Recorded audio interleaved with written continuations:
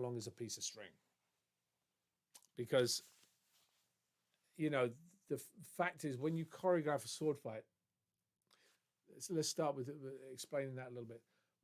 I've mentioned before in many different interviews I've done, as well as on the lives, that Bob Anderson always taught me that you go to a space and create a space or a choreography in that particular space. You don't take a fight and put it in the space. So if the space is complex, if the camera crew, if it's going to be a longer fight, it's going to take longer to choreograph. If there are more people in it, it's going to take longer to get them up to speed. The location is very important for that. Now, on film sets, you have the luxury to spend time sitting off the side while everybody's preparing, etc., and doing the rehearsal time and working with the actors and the stunt people to actually get all the people to work out all the little nodules that don't kind of go right, or you want to make sure you got the right camera angle for that particular type of strike. In TV series, sometimes you don't have that luxury. The other luxury also, if I want to also talk about, which I talk about in the podcast, and I spoke in our podcast, The Hollywood Experience, we talk a lot about the conversation between the characters. How does the conversation continue from the character talking to the characters fighting? And that is one of the key things you also have to think of when you choreograph a sword fight. What does this particular character, how does this particular character fight? Are they quick? Are they mean? Are they backing off? And that comes from the actor. You want to know, what is that actor's opinion on this fight? Because if you just choreograph a fight and they go, well, wait a minute, I'm supposed to be scared of this guy, but am I attacking because I'm scared, or am I attacking because I'm aggressive? So it really depends, because that conversation has to continue. So there are different levels that you have to create when you do a sword fight or choreograph a sword fight, because there are so many elements that make it real on screen. Many times you've gone onto a sword fight, or you've looked at fights on screen, you go, yeah, it's a lot of bang, bang, bang, bang, but it was kind of lost on me. And I mentioned this before. The reason why is because that characterization, that conversation is not continued. So you have to make that conversation continue in the fight. In TV series, sometimes you don't have the ability or the time to have new guest stars coming in and hone a fight for their character. So you will see a lot of TV series, a lot of time, let's say they do a lot of aerials, a lot of spinning and jumping, and well, the stunt team will be doing that. They will choreograph the same fight over and over, just in different locations, and change it, because they don't have time to go to the new actor who's probably cast only in the past like 3 or 4 days, and say to them, okay, have you thought of the character? What do they do? Or talk to the director. This character fights more like this. Sometimes that doesn't happen because you just don't have the time to do it. So that's another factor as to what it takes to actually choreograph. It's not as simple as what is seen on screen. A lot of the time it's very, very complex, because there are so many little nuances that make it real. Now, it's obviously a lot easier when you have actors or martial artists that know how to fight and know how to use the camera to their advantage, so that the fight looks real and the fight has character and the fight has timing and safety at the same time. So there are a lot of different things to do there. Highlander question. Heather Davis asked me, when after season 1, the antique store was changed to the dojo, was that because of the character, Duncan's character, to make way for that type of character, or was it easier for the set design? Well, it's a double-edged sword, that, if you pardon the pun. The reason, obviously, Alexandra was leaving after these first few episodes of season 2. For McLeod to stay there, it was a great character choice to put him into something that was more organic. Now, I don't know why they chose a dojo, but I do agree that moving out of the loft made sense because I don't think he would stay there. Character wise, I don't think McLeod would have stayed in that particular um, situation because there's too many ghosts, too many memories in here. Everything was. I mean, he did that. The shop where she worked, the store itself. It wasn't McLeod's. He kind of gave credence to it, but it was her passion, and that's what he was supporting. He was supporting her and her passion.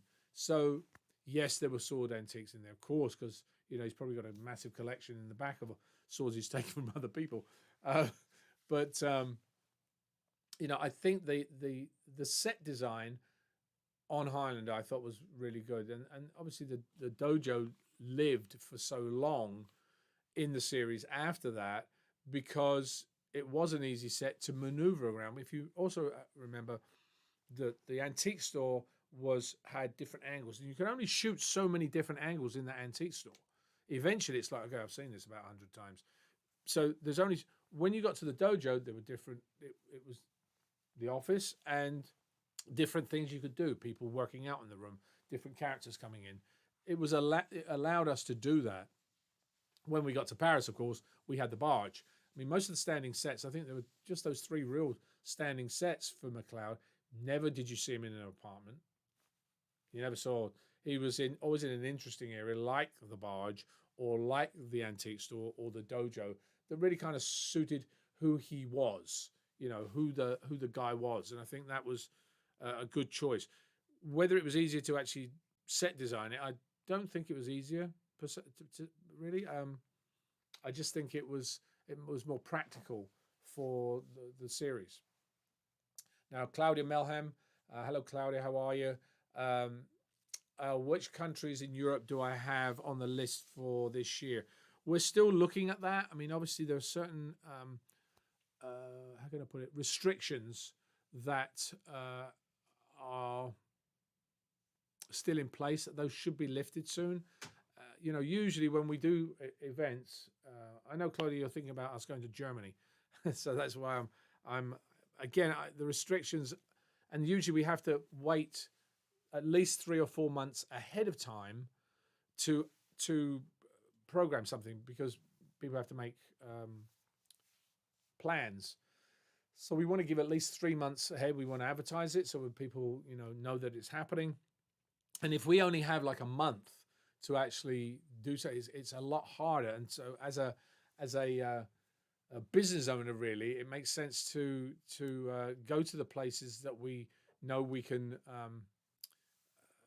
do the actual event. I don't want to cancel events. So I go, okay, you know what? I'm going to have to cancel the event and we have to go through that whole process. I would rather know that we have the ability to do it. So we're looking at possibly a tour. I'm not sure about Germany this year. We'll have to look at. We've talked about England, Ireland, France because it's an easier location move there. Possibly France. Sorry, I want to say that again. England, Ireland, Scotland, and making it of a tour from each, so that you actually have a vacation on that event. But it will be a matter of time and of restrictions that allow us to make those decisions.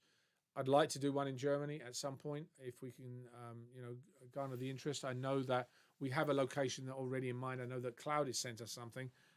One of our staunch supporters out there, Claudia. I know you are, and we still have that. So if we do go, we would be looking at that location. But again, we're just starting our research on that, and it'll be coming. We'll make that decision in the next 2 or 3 weeks, so that we make the best choices for us and for you guys as well. So hopefully that answers that question. Maria Jo Narbesa. Maria asked which of the Highlander episodes affected me the most. It's a tough choice, really. Sometimes you get affected by. I mean, obviously, I was affected by Tessa's death, as a, and Richie's death. I mean, Richie's in a sense more than Tessa because I spent so much more time with Stan Kirsch than I did with Alexandra. But those were pivotal moments for McLeod, and for me. And I mean, I was with Stan. I mean, he became like a younger brother to me, and so we spent a lot of time offset, hanging out and laughing and joking and coming up with these ridiculous little stories or practical jokes that we would do. So, I have a lot of great memories about Stan, and the episode itself, I think that I enjoyed the most. I can think of several. Obviously, Homeland to me was very important because I was directing it, because it was really the roots of McLeod, where he was, who he was, where he came from, as well as directing it. And it always is weird because always Valkyrie always kind of was another one that stuck in my brain, and Revelation 6.8, the two-parter that we did there, that was a good one that affected me in the sense that it was so big and there were so many of our characters in it that it was a great show to be in. The ones I had fun in were obviously Roger Daltrey. I mean, the one with the Stone of Scone was always such a fun episode because it lightened things up. I mean, you have to realize we did 119 episodes. Now, if you think on average, it's a 7-day episode. Multiply that by how many days we spent doing things. So that's, you can do the calculations yourself. But the fact is that we needed to change things up. So having the different flashbacks allowed us to explore a different part of McLeod, but also give you, the audience, a different take on the show. The same thing, happened with the guest stars that came in. We would be able to change things. And obviously with Roger Daltrey coming in, I mean, we had Roland Gift, Sheena Easton, Roger Daltrey. We had a lot of, great names in the music industry. Roger kept coming back because first of all, he loved doing it. But also it was fun to do. It's a different type of take on Highlander, and when we had Elizabeth Grayson, myself and Roger playing that whole triangle going backwards and forwards, it was so much fun because we were having fun doing it. And that, I think, is, as I said, after the 119 episodes of 7 days per episode, you got you take that's nearly 800 and something days that we actually shot. You have to think about that. So what does that do to you when you, as a person, and having fun doing your work is paramount. I mean, I've spoken to actors before, and I remember I have a new podcast coming up on a new podcast.